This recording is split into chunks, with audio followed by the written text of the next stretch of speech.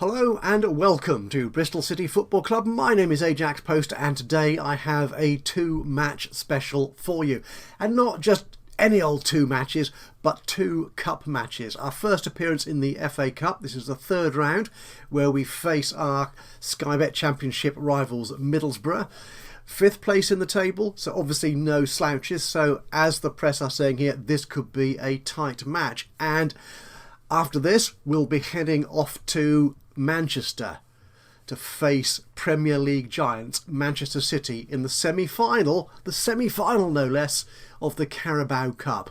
But first off, we're not heading anywhere. We're playing this at home, so let's see what this match holds in store. It's a fairly regular lineup for Bristol City today against Middlesbrough.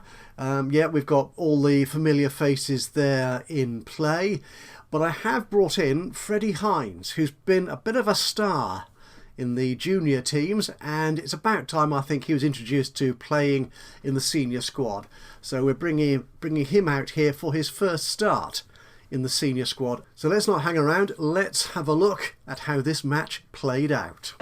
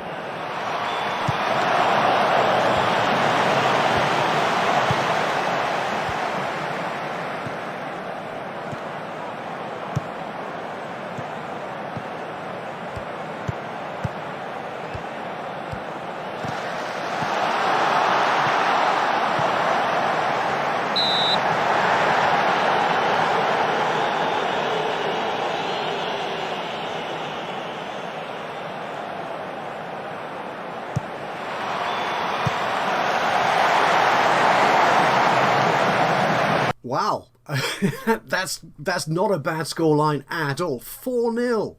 That's a very impressive result against very competent opposition. I mean, as the pundits were predicting ahead of the match, Middlesbrough was certainly not going to give this game away to us. So we did, in fact, have to work quite hard. And in fact, if you look at the bottom of those graphs there, we in fact had slightly less possession of the ball than they did, and the number of shots pretty much evenly spread between the two teams. So I think that scoreline is perhaps a little generous to us, which is nice, to be honest. I mean, at the end of the day, it's the ball at the back of the net that counts. The bad news, though, was that injury to young Freddie Hines. It's looking kind of serious, and we'll see in a moment what the report from the medical centre is. But at the end of the day, we got the result we wanted. So we're moving onwards to the fourth round of the FA Cup. And as suspected, that was a very serious injury indeed. A broken lower leg as a result of a tackle from someone in Middlesbrough. It doesn't tell me who did it. I'm going to find them. I'm going to hunt them down and give them a jolly good telling off. That's what I'm going to do. So I think really you can't risk that. He's a young player, 20 years old. We're not going to risk his future by bodging a recovery here. So we're going to spend the money, get him out to a specialist. So that means basically he's going to be out of action for 5 to 6 months is the estimation here. As a result of Ashley Williams, a long-term stalwart of the team, leaving Bristol City, we're losing not only a very influential team leader within the squad, but actually a regular captain. Although, to be fair, I haven't actually been selecting him that much this season. We've just had slightly better, faster, younger, fitter players as options. But nonetheless, he's now left. I was hoping that Corey Smith, who's had a good length of time at the club and has good skills in terms of leadership, but he's not willing to take on that role. So we're picking relative newcomer Tommy Rowe as our new captain for Bristol City. Relatively new, but he does have the requisite skill set, I think, to lead the team out. And he'll be supported as vice-captain by Thomas Callis, who has indeed been with the team for a good number of years now. Yes, as a result of beating Middlesbrough in the third round of the FA Cup, we are going to be facing, at home, Arsenal, another giant of the Premier League. So, well, that's going to be scheduled for a couple of weeks' time, the 25th of January. Wow. We should, well, if nothing else, it's going to be a real test of our team skills, but also, hopefully, a good little boost to the club finances, if I'm talking in purely mercenary terms, which of course I'm not. It's all about the football. Honestly, it's all about the football. And so, with barely time to draw breath, let's move on and take a look at the second match in this double match presentation. It's another cup tie, this time against the Giants Manchester City. But before we do that, wrapping up on something that's been going on for a couple of weeks now, and that is Marley Watkins' transfer out of the club, which is, I must admit, rather disappointing. He has actually been playing really rather well of late, and it's nice to have him as an option in the winger roles with Eliasson and O'Dowda, and he just fits into the team really nicely, but he's been unhappy for a little while and wanted to move on. So we're getting a good offer here from Preston, and I think we either accept that or we have an unhappy player in the team, and I'm not prepared to accept that. So I think we're going to take this deal, and we'll cope with that. We'll have to find replacements for him, but I think we've got enough depth in the squad to cater for that. Anyway, so this is the lineup for our match in Manchester for the Carabao Cup semi-final, leg number 1. We have, again, it's a fairly familiar set of faces. It's all, I think, the best skills that we've got available at the moment on the pitch, with Pereira, Benkovic, Callis and Hunt as the back row.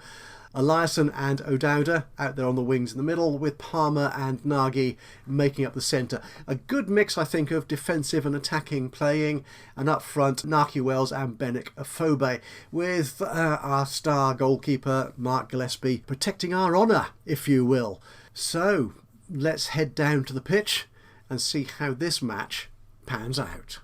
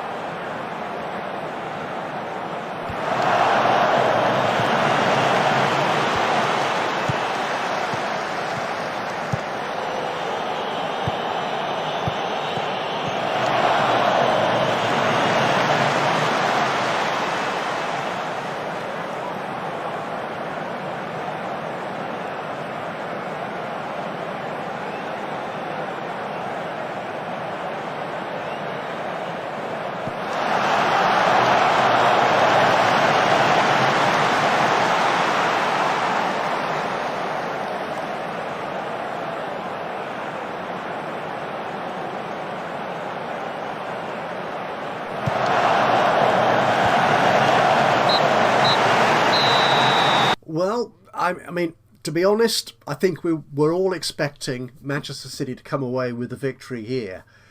But I'm going to be honest with you, I think we played really well. I mean, they clearly had the advantages that a big club with that amount of money and that amount of talent on the pitch, and that was fully on display. Their speed, their passing accuracy, their ability to get in and cut out our passes. We did have a fair amount of possession, 47%, that's not bad. And we did get through, particularly in the second half, with a number of chances on goal, and some of those were so close. But at the end of the day, to be honest, I am quite impressed with the way the team played and held Manchester City, yes, Manchester City, to a 1-goal victory. And as this brief summary highlights, yeah, they got a goal, seizing upon a mistake made by Jack Hunt. But to be honest, I'm not going to hold him too much to account for that. I mean, everyone makes mistakes every now and then, and he really has been very impressive for the team of late. So after what was clearly a tough and draining match, we've actually come out reasonably well. A lot of the players obviously came off tired and drained, trying to keep up with the speed of the quality of Manchester City, but we've only sustained one relatively minor injury in the squad, and that's Casey Palmer, who's going to be out for a couple of days with a bruised ankle, so hopefully we'll see him back fairly soon anyway. I knew this was coming because I haven't been discussing this with you up to now, but I have some issues with Mark Gillespie. It's suggesting here, this is the press, suggesting that he may be looking to leave the club already, having only joined at the beginning of this season. Let me just take you back to what's happened here.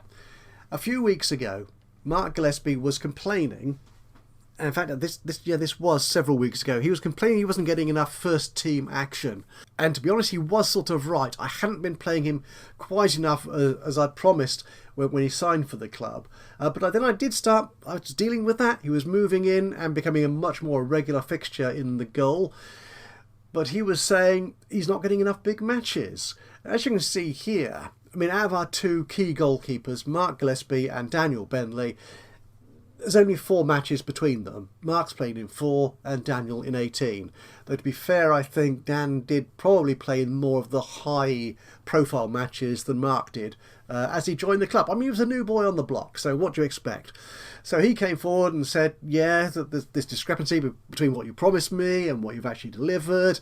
And I said, yeah, you're probably right, actually. Hands up, my bad. We're going to get that sorted out. And he's come back and said, actually, I don't care what you say.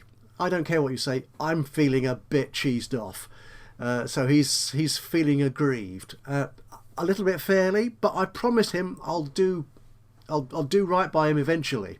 He played in the last 2 matches. He played against Middlesbrough, he was in goal against Man City, and in both matches his skills were certainly there to be seen. I have no criticism of his performance as a goalkeeper at all. So hopefully we can ride this one out and he won't be going anywhere too soon. Anyway, I think that's it for this special 2-match cup edition of Football Manager 2020, and I'll leave you as usual with a quick roundup of the social media feed. Once again, thank you so much for joining me today. Hope you've enjoyed this episode of Football Manager 2020. If you have, it'd be great to hear from you. A little bit of a like would be lovely. You know, clicking on the old thumbs up button. That's how you do it. But even better though, if you've got any thoughts, ideas, hints and tips for someone who really doesn't actually understand the game of football but just loves to play Football Manager 2020, just drop me a note in the comments box below. Anything you've got to say, be appreciated. And of course, if you've not already subscribed to the channel, you could do that now. And that way you'll know when I upload another one of these or any of my other Let's Play series. But from me, Ajaxpost, here in Football Manager 2020, until the next time, bye-bye for now.